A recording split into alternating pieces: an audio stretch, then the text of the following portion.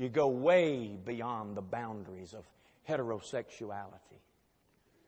Now, if there's someone here today, you are gay or you're homosexual, don't be angry with me. Give me a chance to present my case to you.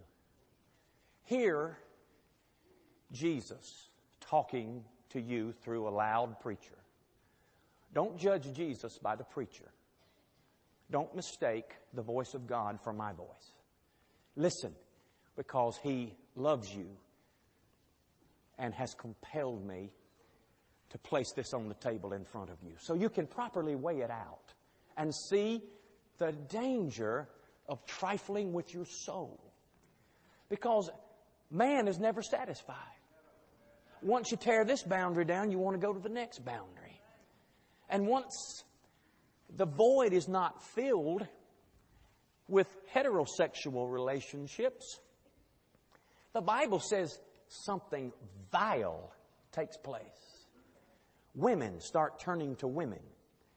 Men start turning to men, burning in lust for one another, committing what is shameful. It's not socially acceptable. It's not natural. It's an abnormality brought on because this society is rejecting Jesus Christ.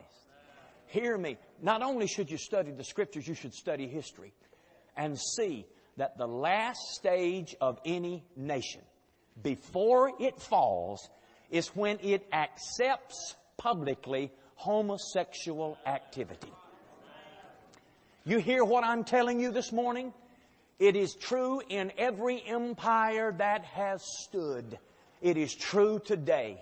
The moment that this country embraces and accepts and affirms homosexual activity is the death knell.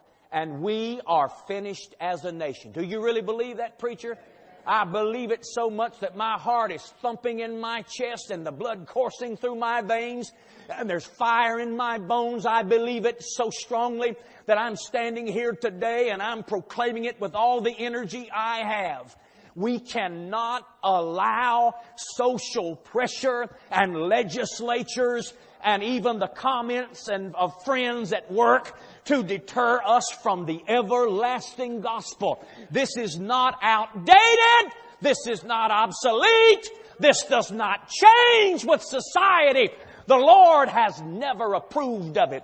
He put a boundary on women. And that boundary was to have a heterosexual relationship with a man during the marriage. He put a boundary on men, and men are not free to lie with men as with a woman. The boundary is that if he's going to have a relationship, it must be within the confines of God-ordained marriage. And if it is outside of that, God considers it vile passions. And it's just on the edge of bringing total destruction to a nation and an individual.